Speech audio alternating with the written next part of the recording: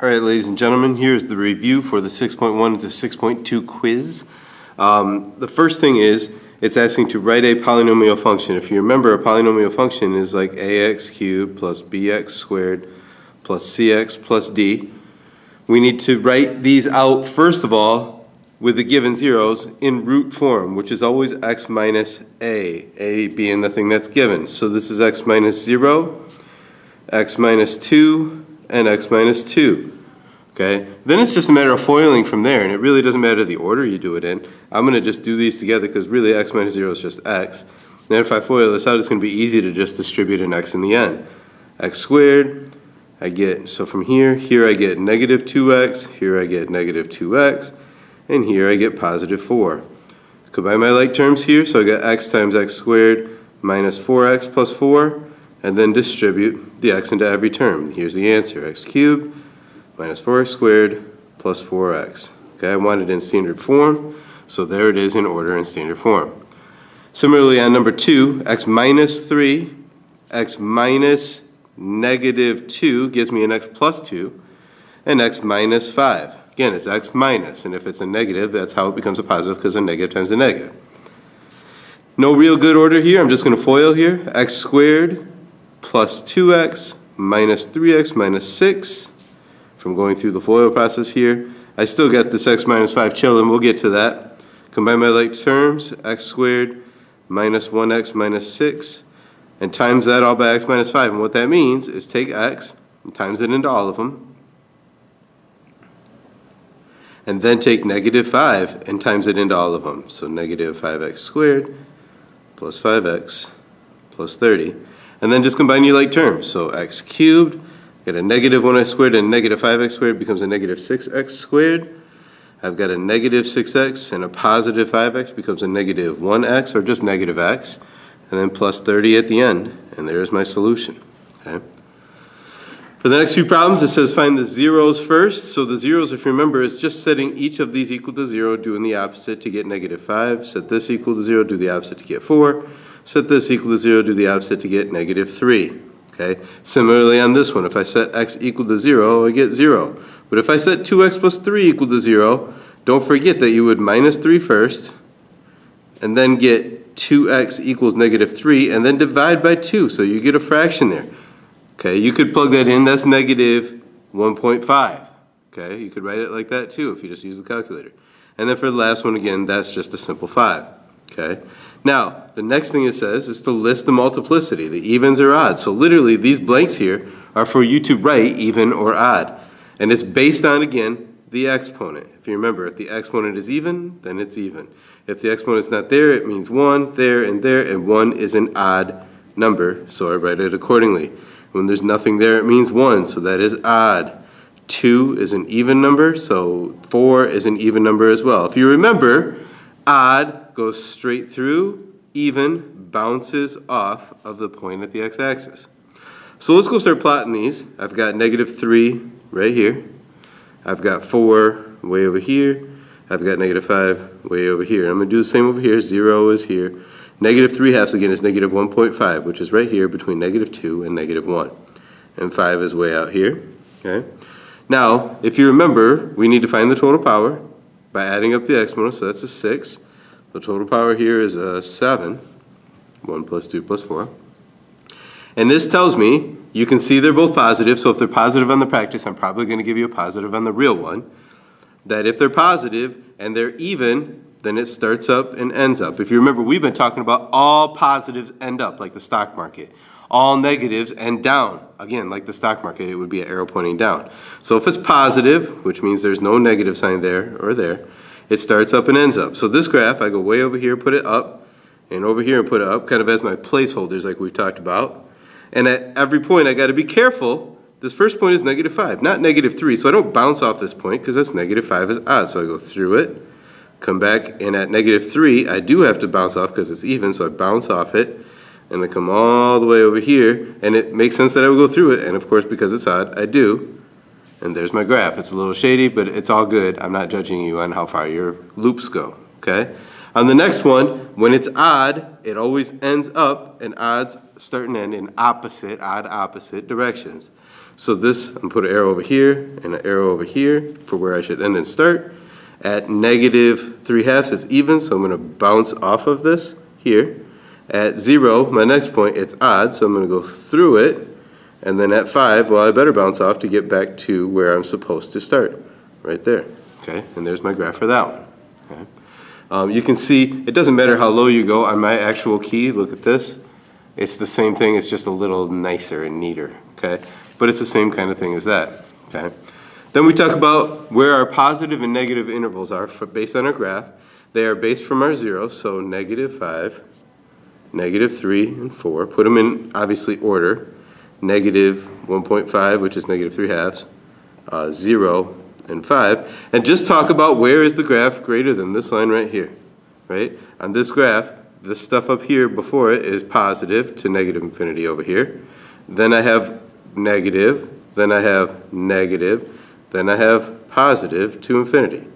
This one again from negative infinity, so from over here, all of this side is under the line, all of this side is under the line. Right here, it's above the line, and right here, it's above the line. And what I do with that is have my positive and negative intervals. They're right here, there it is. Negative infinity to negative 5. Here's another positive interval right here from 4 to infinity. My negative intervals are right here from negative 5 to negative 3, and right here from negative 3 to 4. Same thing here. There's my two positives, so from 0 to 5, and from 5 to infinity, if you remember that's at the end. And then my negative ones from negative infinity to negative 1.5, or negative 3/2, however you write it, and from negative 1.5 to 0. Okay. And that's it for that, okay? Now the last two problems, what I want you to understand is I'm giving you, on this page, excuse me, is I'm giving you the polynomial, and I want you to get it in really this form and then that form. So I'm trying to go here, I'm trying to go from here to factor form to polynomial. Down here I'm trying to go from polynomial to factor form to root form, to zero form. So the first thing I'm going to do on these is G, C, F for both problems. And it's going to be like this on the quiz. What can I take out of each of those? Well, a 3 and an x. And when I divide a 3x out of here, the 3's cancel, I'm left with x squared. When I divide a 3x out of here, I get a plus 6 and an x.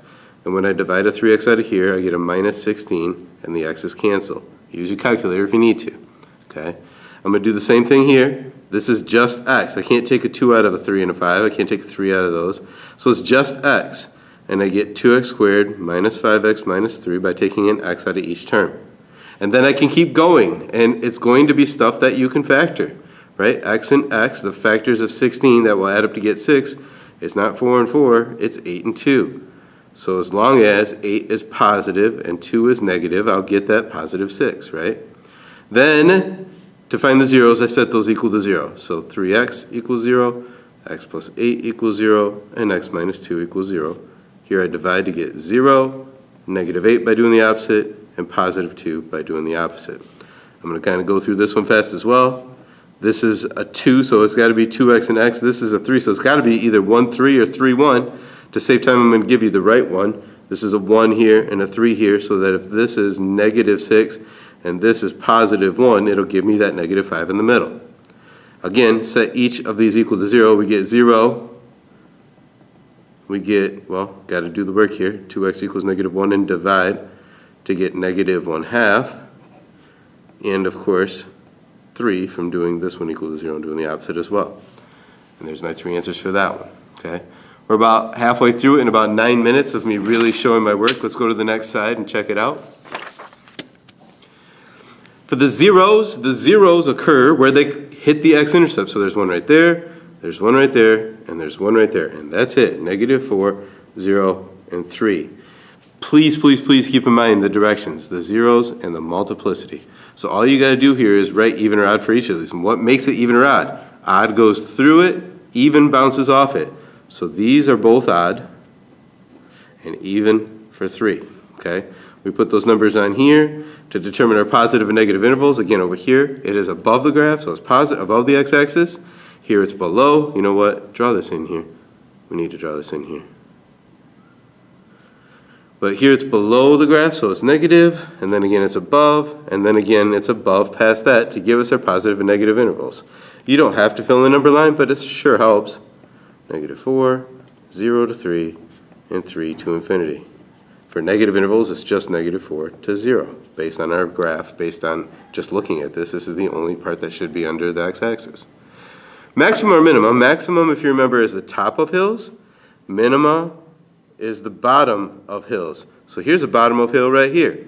I'd probably say that's at about -2.7. You're not seeing the y value. All of these have been x values all the way through. Here's the top of a hill right here. That would be a maxima at x equals 1. And the bottom of a hill right here at x equals 3 as well. And they're bottom, top, bottom. That's all I have. And it makes sense that I'm going to put these in order, -2.7, 1, and 3. And it would decrease to a minima and increase to a maxima and so on. So if I can just tell what this first one's doing, well, this first one's going down, baby. It's going down to the minima. So that is decreasing, and then it's increasing after that, and then it's going downhill, decreasing after that, and then it's going uphill, increasing after that. And there again, if I put my negative infinity, infinity on there, become my intervals.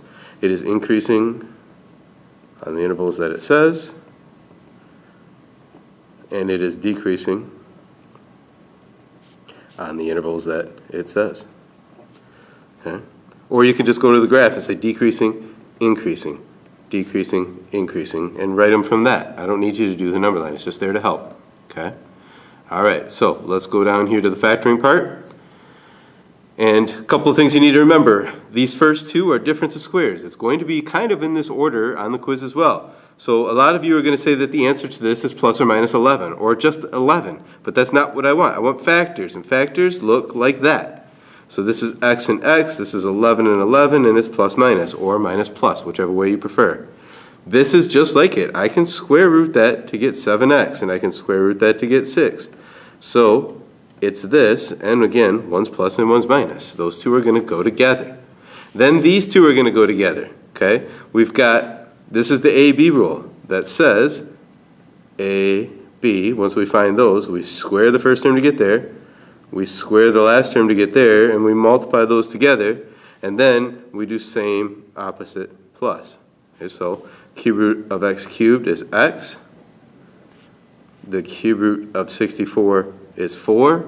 Okay, I will probably put those numbers on the board for you, or in some capacity where you won't have to guess cube roots. Okay, this squared gets me here, this squared gets me here, and multiply them together to get the middle term, and then it's same, opposite, plus, stop.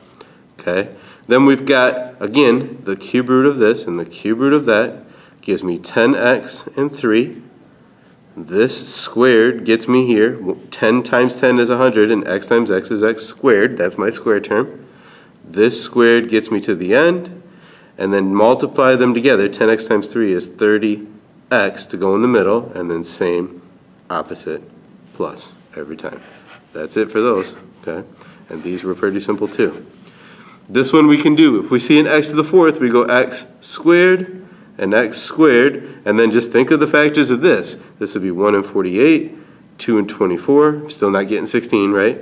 3 and 16, 4 and 12. There's where I'm going to get negative 16, as long as both of them are negative. Now, when it says factor completely in the directions, you should notice that if you get an x squared minus 4, or an x squared minus 1, or an x squared minus 9, that I can keep going and make that x plus 2, x minus 2, just like how I could do it on number 7 up above. The one that can't, we just leave it as is. Can't square root of 12, so I can't do it. If it's a plus, I can never do it, okay? For this last one, we've done problems like this. It's been a little while. It's kind of something to do with the AC method as well, is just group it. Take the GCF out of there and the GCF out of there. So GCF. What can I take out of both of those? Well, I can take an x squared out. When I divide x squared into that, I get x. When I divide x squared into that, I get a plus 6. Now from both of these, if you see a minus sign there, it should be a minus, and then I could take a 5 out. If you see a plus sign there, then you do a plus. If I take a negative 5 out of here, I'm left with x. If I take a negative 5 out of a negative 30, I'm left with a plus 6.